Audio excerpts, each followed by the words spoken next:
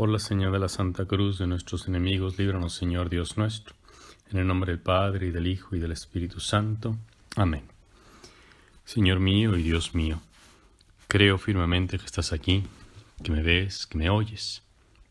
Te adoro con profunda reverencia. Te pido perdón de mis pecados y gracia para hacer con fruto este rato de oración. Madre mía Inmaculada, San José mi Padre y Señor, Ángel de mi guarda, intercedan por mí. Todavía resuenan en nuestros oídos las palabras del Evangelio y todo el misterio de la Navidad que contemplábamos apenas hace unos días. Y en uno de sus sermones, un santo cuyo nombre es peculiar, Quod vult Deus, lo que Dios quiere. Este santo, exclamaba al meditar sobre la persecución que Herodes desató contra los niños inocentes, que Herodes temblaba y se había enfurecido inútilmente, porque el rey de los judíos, o sea, el Mesías, no había venido a destronar a ningún rey de la tierra, sino a hacerle la guerra al demonio. Y es así que comenzó Jesús a predicar, como se nos refieren en los evangelios que se leerán y se van leyendo a lo largo de estos días al comenzar el tiempo ordinario. Que Jesús expulsaba demonios, que los increpaba, los conminaba a guardar silencio y predicaba el evangelio para liberar a todos aquellos que estaban oprimidos por el diablo.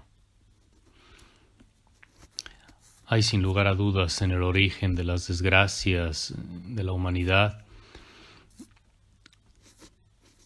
la instigación del demonio, del diablo, la antigua serpiente o Satanás, como la llama San Juan. Esto es algo que conocemos por la fe. Sabemos que Dios todo lo hizo bueno y también creó al inicio la criatura angélica. Y entre esas criaturas, algunas de ellas se rebelaron, se apartaron de Dios y se hicieron malvadas. Y cuando Dios mostró también su compasión al hombre, el demonio se enfureció y comenzó a hacer la guerra contra los hombres. Jesús, pues, el Hijo de Dios, al hacerse hombre, quiso también liberarnos de todo ese influjo del demonio, usar su poder para liberarnos de todo ello. Y hemos de invocar, pues, a Cristo para que nos libere, para que nos defienda de esas chances del enemigo. La Iglesia lo hace cuando se bautiza un niño, cuando se bautiza un adulto. Se renuncia a Satanás, a todas sus pompas, a todas sus seducciones, y de hecho se hacen unos exorcismos. Ahora que se celebraba la fiesta del bautismo de Jesús, era un buen día para renovar nuestros compromisos bautismales, o lo podemos hacer en cualquier otro momento o en la fecha en la cual fuimos bautizados. Jesús, pues, vino a liberarnos de ese instigador que está en el inicio de muchos males que nos afligen. Sabemos, sin embargo, que el mayor mal para nuestra alma es el pecado. Nosotros hablamos del pecado básicamente en dos grandes sentidos. Uno, cuando hablamos del pecado original. Hablamos del pecado en este sentido de una fragilidad, debilidad. Somos lábiles, es una especie de enfermedad, porque sí, en el origen de toda enfermedad, en la raíz, en los inicios de los tiempos, ¿no?, está precisamente el pecado. Al haberse apartado de nuestros primeros padres por instigación del demonio, al haberse apartado de Dios, quedaron, como le gusta decir a San Agustín, abandonados a sus propias fuerzas. Y esas fuerzas son escasas. Nuestra naturaleza humana tomada a secas, solita, en sí misma, es frágil, es débil, es mortal. Y se puede enfermar, y se lastima, y siente dolor. Toda esa condición de debilidad es la que quiso asumir el Hijo de Dios. Y por eso San Pablo dirá que Jesús, que el Hijo de Dios, se hizo pecado por nosotros. En efecto, asumió esta condición de fragilidad, de mortalidad, y en ese sentido hablamos del pecado.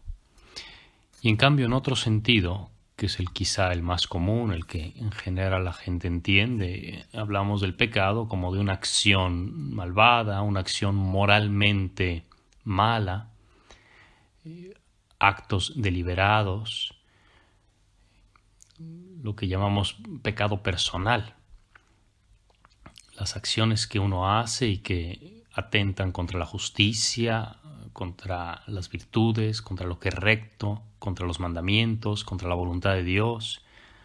A eso también lo llamamos pecado. Eso ya no es una mera condición de la naturaleza, una fragilidad, es una acción deliberada.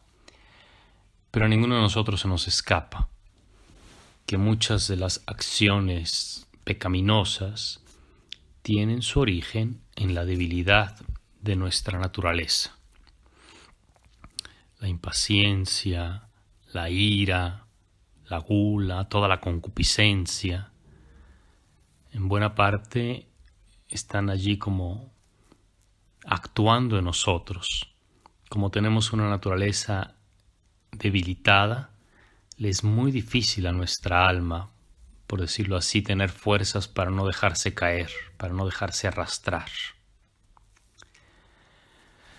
Meditando las páginas del Evangelio, podemos notar cómo no esconden esta relación que hay entre la enfermedad y el pecado. Y los demonios. En el origen del pecado, en el pecado original, el demonio. Como consecuencia del pecado original, la enfermedad, la muerte. El Hijo de Dios, el Mesías, el esperado de Israel, comenzó a predicar y a liberarnos, y a liberar a aquellos hombres de esta esclavitud. A algunos los curó físicamente para mostrar su poderío, su señorío, su claro dominio sobre la vida. A otros les expulsó a aquellos espíritus inmundos para mostrar efectivamente su poder también contra el demonio. Los callaba, no les permitía hablar. Y de esa forma, al inicio de su ministerio, al inicio de su misión, Jesús se fue dando a conocer. Y así sus discípulos creyeron en Él, comenzaron a creer en Él. Ciertamente también nosotros tenemos fe y queremos reconocer a Cristo como nuestro Señor, y también nosotros lo invocamos para que nos libre de las acechanzas del demonio, para que nos libere de esos ataques que no son necesariamente directos, ni los sentimos necesariamente como algo físico y como si fuera una marca personal, pero el demonio actúa en el mundo, en la sociedad, en los que pues se hacen cómplices del pecado, y de alguna manera se va como enrareciendo la atmósfera de las relaciones humanas, y todo eso hace más difícil que podamos hacer el bien. De ahí que queremos también nosotros declararle la guerra al demonio.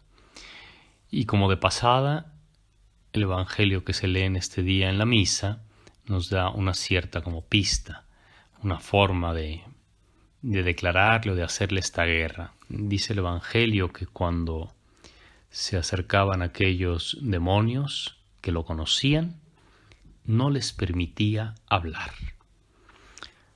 La mayoría de los maestros de la vida espiritual ha visto en esta expresión una especie de estrategia da un consejo de cómo hay que huir de las tentaciones del demonio. No hay que dejarlas hablar, no hay que negociar con el demonio, no hay que dejarle que exponga su causa o que nos trate de explicar por qué no es tan buena la voluntad de Dios o por qué no es tan injusto lo que es injusto o por qué no es pecado lo que sí lo es. No hay que dejarlo hablar. Y enseguida el Evangelio nos dice cómo Cristo, habiéndose levantado de madrugada, se puso a orar. También allí está este consejo, esta pista, la oración, la manera de irnos liberando de toda nuestra debilidad heredada del pecado original y poder transcurrir nuestra vida a pesar de tener esta condición de debilidad es orando. Porque por medio de la oración, implorando con humildad, es como recibimos el auxilio divino. El Hijo de Dios quiso compartir nuestra condición débil.